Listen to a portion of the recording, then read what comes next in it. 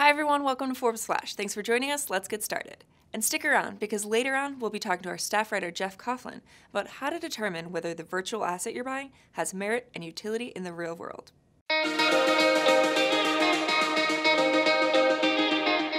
The billionaire descendants of Walmart founder Sam Walton lost a combined $15 billion this week as shares dropped by 10% on Tuesday. Sam's children, Jim, Rob, and Alice Walton, each saw a $4.1 billion drop in their fortunes. But they still rank among the 20 richest people on the planet. The world's largest retailer reported slowing online sales growth and a drop in profits over the holidays. Now, let me catch you up on a few stories you may have missed on Forbes this past week. Uber is rolling out a new way for passengers to catch cheaper rides. The new feature, called Express Pool, is meant to streamline the ride experience while also saving passengers money. In return for a lower price, passengers will have to walk a few blocks to meet drivers at a designated pickup spot. And same idea for drop-off. Only time will tell if users are willing to forego the door-to-door convenience that put Uber on the map. Next up, the esports industry is preparing for a serious growth spurt, according to a new report. 2018 revenues are predicted to hit $905 million, up 38% from the $655 million last year. And it may even be a billion-dollar industry as early as 2019. So, what's driving the growth? League of Legends is as popular as it's ever been, and the Overwatch League pulled in 10 million unique viewers in its inaugural season. A Forbes report this week revealed two previously undisclosed units of the FBI's surveillance machinery. Known as the FBI Collections Operations Group and the FBI Wi-Fi Group, they appear in virtually no public records. The discovery brings to light this question from civil liberties activists, legal experts, and more. Is there widespread domestic surveillance occurring across America without any oversight?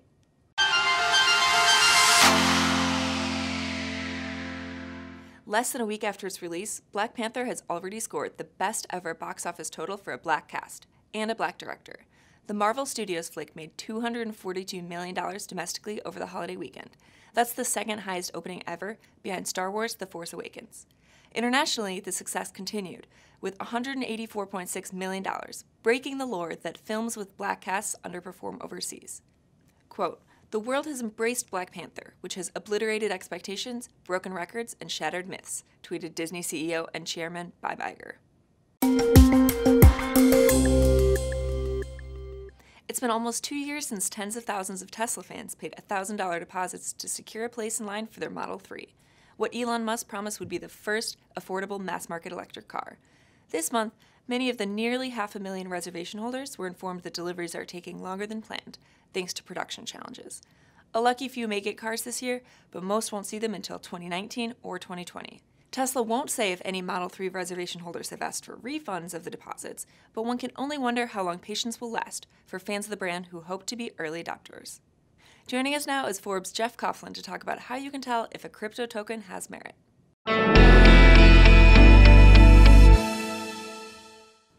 So two of the top cryptocurrencies today are Bitcoin and Ethereum. Bitcoin originally was created as a currency to really be a digital cash. It's not operating that way today because for a lot of reasons. The price is very volatile, transactions process pretty slowly, and it's not an easy way. You know, if you paid for something in Bitcoin today, if the price doubles tomorrow, you're pretty sad that you paid for your pizza in Bitcoin. And Ethereum is really the number 2 cryptocurrency platform by market value. And Ethereum acts more like a world computer. That's the aspiration. It's a world computer where people can build applications on top of it, and those applications can do an infinite number of different things. And so the purpose of Bitcoin and Ethereum are quite different, but they're really the top 2. 2017 was an unbelievable year, and this was really for almost all cryptocurrencies. It surged 1,600%, which is really pretty unbelievable. And after that, a lot of people thought it was due for a correction because nothing goes up that much and really doesn't come down.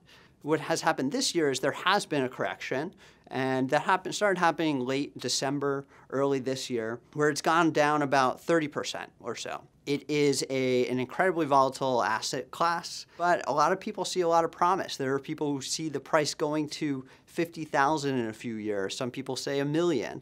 No one knows, but it's certainly very interesting to follow. There's over 1,500 crypto coins out there.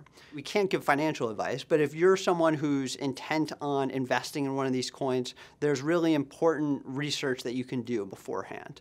One thing is look at the team. Look at the founding team for this crypto coin that you're thinking about. Look at the team's background. You can start with education. If someone has a PhD in math or computer science, that's interesting. But really look at what have they built? What products have they built in the past? Because that's really an important gauge of how are they going to be able to troubleshoot, and how are they going to be able to create something that lasts.